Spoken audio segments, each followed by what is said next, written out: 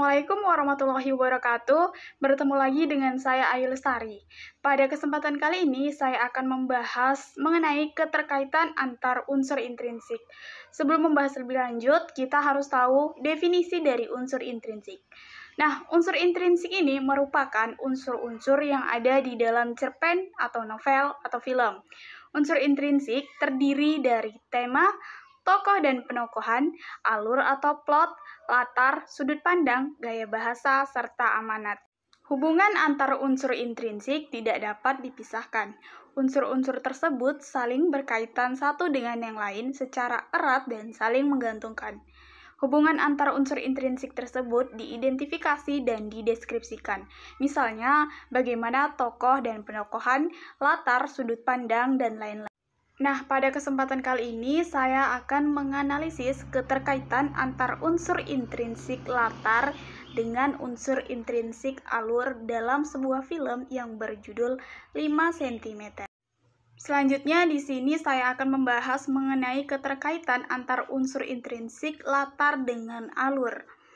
Nah, mengapa saya memilih latar dengan alur? Karena latar dan alur itu dalam sebuah cerita saling berhubungan dan saling berkaitan satu sama lain.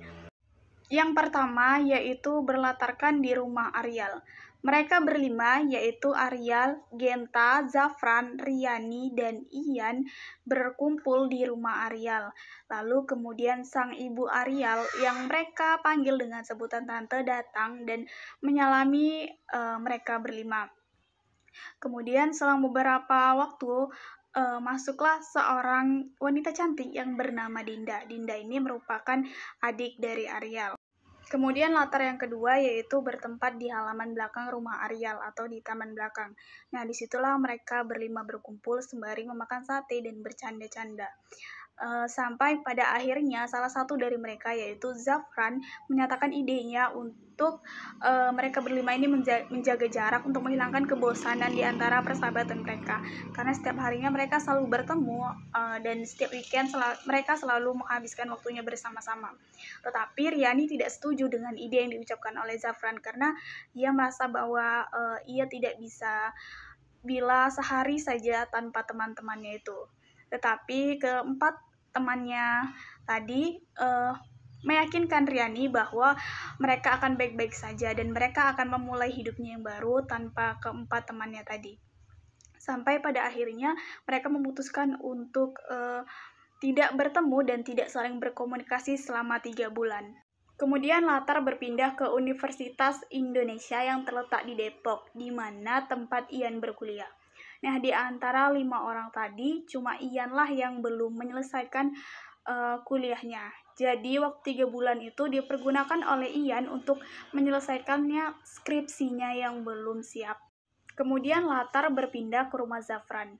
Nah, di rumahnya itu Zafran melakukan aktivitas barunya selama mereka menjalankan misinya, yaitu tidak boleh bertemu dan tidak boleh berkomunikasi satu sama lain. Maka dari itu Zafran ini selalu menelepon adik dari Aryal yang bernama Dinda. Kemudian mereka bercanda dan tertawa satu sama lain. Kemudian setelah menelepon Dinda tadi, Zafran ini berchatting dengan seorang perempuan. Tetapi dia tidak tahu bahwa sebenarnya perempuan itu adalah sahabatnya sendiri yang bernama Riani, dan Riani pun tidak mengetahui bahwa orang yang sedang chatting dengannya itu adalah Zafran, yaitu sang sahabat. Kemudian latar berpindah ke kantor Riani. Nah, di kantor itu Riani sedang curhat dengan temannya. Ia menceritakan bahwa ia sedang menyukai seseorang, tetapi seseorang itu adalah sahabat dekatnya. Jadi ia tidak berani untuk mengungkapkan perasaannya karena takut kehilangan sosok sahabatnya. Latar selanjutnya yaitu di kantor Genta. Nah, di kantor itu Genta sedang melakukan meeting dengan rekan-rekan kerjanya. Di situ ia mempresentasikan tentang proyek yang akan ia jalani ke depannya bersama rekan-rekan kerjanya. Latar selanjutnya yaitu di tempat fitness. Nah, di tempat fitness itu seorang Ariel selalu rutin berolahraga di situ.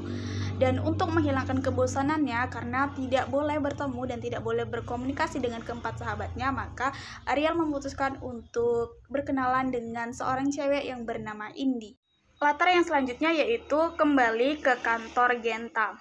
Nah, pada malam itu, tepatnya pada saat Genta baru selesai melaksanakan meeting bersama rekan kerjanya, ia menuliskan sebuah pesan yang ingin dikirimkannya kepada keempat sahabatnya. Di situ ia menuliskan bahwa Genta sangat-sangat merindukan keempat sahabatnya itu. Dan kabar gembiranya lagi, besok, tepatnya pada tanggal 14 Agustus, tibalah saatnya mereka bertemu. Dan Genta memberitahu lokasi tempat mereka bertemu, yaitu di stasiun kereta Pasar Senen. Dan Genta ini memberitahu kepada keempat sahabatnya bahwa ada barang-barang yang harus mereka bawa ketika mereka bertemu nanti. Dan barang-barang itu dipergunakan untuk mereka mendaki gunung. Kemudian latar berpindah ke stasiun Senen.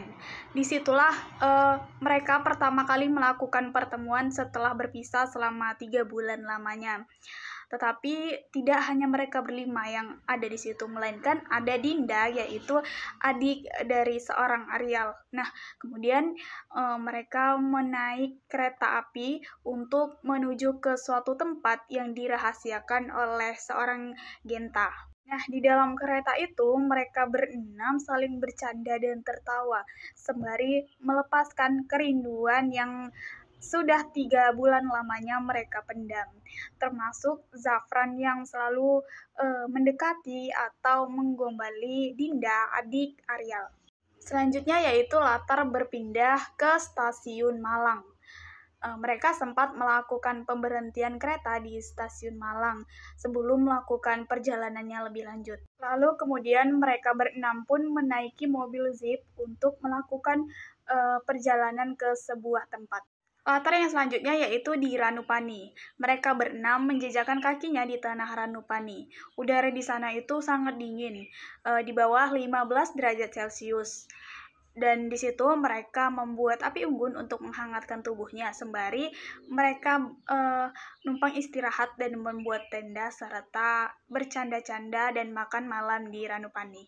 Latar yang selanjutnya yaitu di Ranukumbolo. Setelah melakukan perjalanan yang cukup jauh, keenam sahabat ini beristirahat di Ranukumbolo sembari menikmati pemandangan yang ada di Ranukumbolo. Nah, disitulah seorang Genta mencurahkan isi hatinya kepada Ian, bahwa ia sedang menyukai seorang wanita tetapi ia tidak berani untuk menyatakannya. Kemudian setelah curhat dengan Ian, kemudian Ian ini tadi dipanggil dengan sahabat perempuannya yang bernama Riani. Sama halnya dengan Riani juga mengungkapkan isi hatinya bahwa ia sedang menyukai seorang lelaki, tetapi ia tidak berani untuk mengungkapkannya karena lelaki itu salah satu dari sahabat dekatnya. Ia tidak ingin kehilangan sahabatnya demi mengungkapkan perasaannya. Latar berikutnya yaitu berpindah ke Tanjakan Cinta. Nah, di Tanjakan Cinta itu seorang Zafran dan Ian sangat bersemangat untuk berjalan dan memimpin perjalanannya karena mereka mendengar dari Genta bahwa mitosnya jika kita sedang menanjak di Tanjakan Cinta, kita bisa mewujudkan apapun yang kita inginkan asal kita memenuhi satu syarat, yaitu pada saat kita menanjak di Tanjakan Cinta itu kita tidak boleh melihat ke bawah ataupun melihat ke belakang. Dan setelah mereka berjalan beberapa waktu, kemudian sang Genta ini tadi memanggil Zafran dan Ian. Tanpa mereka sadari bahwa mereka ini sedang menjalankan misi mitosnya tadi, mereka pun melihat ke belakang dan menyahut dari panggilan Genta tadi. Dan kemudian mereka ini masih belum sadar bahwa mereka telah menggagalkan visinya. Sampai seorang Riani dan Ariel pun tertawa mengingat bahwa mereka itu sedang menjalankan misi. Kemudian mereka pun akhirnya ingat bahwa mereka sudah melanggar perjanjian atau syarat tadi. Lokasi yang selanjutnya yaitu di Kalimati. Nah, di Kalimati ini mereka memutuskan untuk beristirahat selama beberapa jam sebelum akhirnya mereka melanjutkan perjalanannya untuk menuju ke puncak. Nah, setelah mereka beristirahat tadi, pukul 2 dini hari mereka melanjutkan perjalanannya. Kemudian selama perjalanan di Kalimati ini ada peristiwa yang sangat menegangkan, yaitu Ariel sangat kedinginan sampai beberapa waktu ia tidak bisa melanjutkan perjalanannya menuju puncak, dan kemudian ia dipeluk oleh adik dan keempat sahabatnya tadi, dan akhirnya ia pun bisa melanjutkan perjalanannya. Latar yang selanjutnya yaitu di perjalanan menuju puncak. Disitulah mereka berenam ini melanjutkan pendakiannya. Mereka melewati jalan yang sangat terjal dan banyak sekali bebatuan. Sampai suatu ketika pada saat mereka ini melanjutkan pendakiannya, ada peristiwa batu jatuh. Batu itu berasal dari puncak gunung, kemudian jatuh ke bawah dan mengenai seorang Dinda dan Ian. Dinda mengalami luka di daerah telinganya dan telinganya berdarah, tetapi ia masih sadar dan masih bisa melanjutkan perjalanannya. Sedangkan Ian mengalami luka di kepalanya. Kepalanya itu berdarah akibat terkena dari batu yang jatuh dari atas atau puncak tadi. Kemudian sang Ian pun pingsan sampai akhirnya mereka ini panik dan memberikan pertolongan pertama kepada Ian. Kemudian sampai akhirnya Ian pun bisa sadar kembali dan melanjutkan perjalanannya menuju puncak. Latar yang selanjutnya yaitu di puncak Mahameru. Disitulah tempat tujuan mereka yang sebenarnya. Dan karena pada saat itu bertepatan dengan tanggal 17 Agustus yaitu Hari Kemerdekaan Indonesia, maka mereka bersama-sama mengibarkan bendera Sangsaka Merah Putih bersama dengan orang-orang yang juga mendaki ke puncak Mahameru. Latar yang selanjutnya yaitu di Ranukumbolo. Nah, setelah mereka sudah sampai puncak, maka mereka pun turun lagi ke bawah dan sampailah mereka di Ranukumbolo. Di Ranukumbolo itu mereka memutuskan untuk menginap 1 malam, dan di situ mereka berenang-berenang di dalam danau Ranukumbolo itu sembari bercanda ria satu sama lain. Kemudian di Ranukumbolo ini, seorang Genta memberanikan dirinya untuk mengungkapkan isi hatinya kepada sang sahabat yang bernama Riani. Tetapi ternyata Riani tidak memiliki perasaan yang sama dengan Genta. Riani menyukai sahabatnya yang bernama Zafran, tanpa mereka ketahui bahwa Zafran mendengar ungkapan yang diungkapkan oleh Riani bahwa ia menyukai Zafran. Dan disinilah alur mundur terjadi saat Zafran mengingat-ingat kejadian yang telah lampau, di mana saat menuju ke puncak seorang Zafran ini kakinya terluka. Kemudian Riani sangat khawatir dan sangat cemas kepadanya. Dan pada hari-hari yang mereka berkumpul itu memang sangat terlihat bahwa Riani ini menyukai Zafran, tetapi Zafran tidak peka atau tidak mengerti bahwa Riani memiliki perasaan lebih dari sekedar teman kepada. Latar yang terakhir yaitu terjadi di rumah Zafran dan Riani. Mereka berkumpul di situ, dan ternyata setelah mereka melakukan perjalanan ke puncak Mahameru, Zafran dan Riani memutuskan untuk menikah dan mereka dikaruniai 1 orang anak. Sedangkan Ariel, ia juga sudah menikah dengan wanita pujaannya yang ia temui di tempat fitness waktu itu yang bernama Indi. Kemudian Ian, dia juga sudah menyelesaikan pendidikan atau kuliahnya. Kemudian ia menikah dengan seorang gadis yang ia suka dan dikaruniai 1 orang anak. Sedangkan Genta di sini ia diceritakan masih belum mempunyai pasangan. Ia masih fokus terhadap karirnya. Tetapi ia sudah membuat kantor sendiri, di mana kantor itu di dalamnya terdapat sebuah kafe. Dan Dinda diceritakan melanjutkan kuliahnya dengan jurusan ekonomi mikro di luar negeri. Nah, itulah tadi pembahasan mengenai keterkaitan antar unsur intrinsik, latar, dan alur dalam sebuah film yang berjudul 5 cm. Semoga bermanfaat, dan apabila terdapat kesalahan saya mohon maaf. Saya akhiri. Wabillahi taufik wal hidayah. Assalamualaikum warahmatullahi wabarakatuh, dan terima kasih.